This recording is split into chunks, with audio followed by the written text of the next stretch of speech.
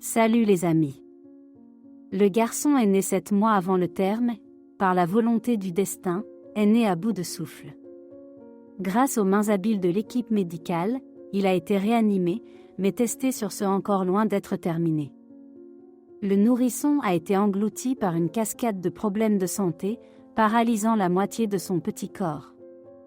Les 3 mois suivants, les parents errent dans le labyrinthe des cabinets de médecins, cherchant désespérément une lueur d'espoir pour son précieux fils.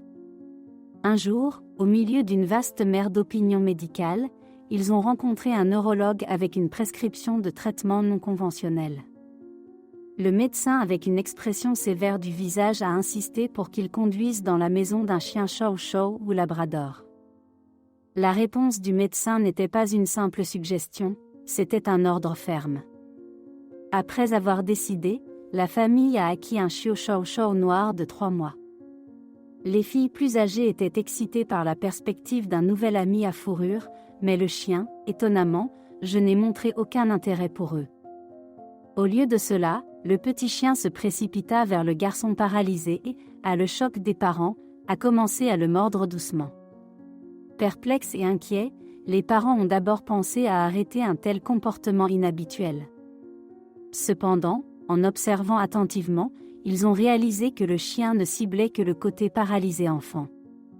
Peu de temps après l'arrivée du guérisseur moelleux, une masseuse est entrée dans leur vie, espérant contribuer au rétablissement de l'enfant.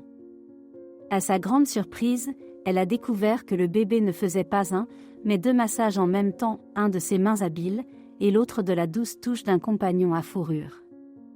Choquée et se sentant inadéquate, elle a refusé de poursuivre les séances, affirmant que ne peut pas rivaliser avec le toucher de guérison miraculeux d'un chien.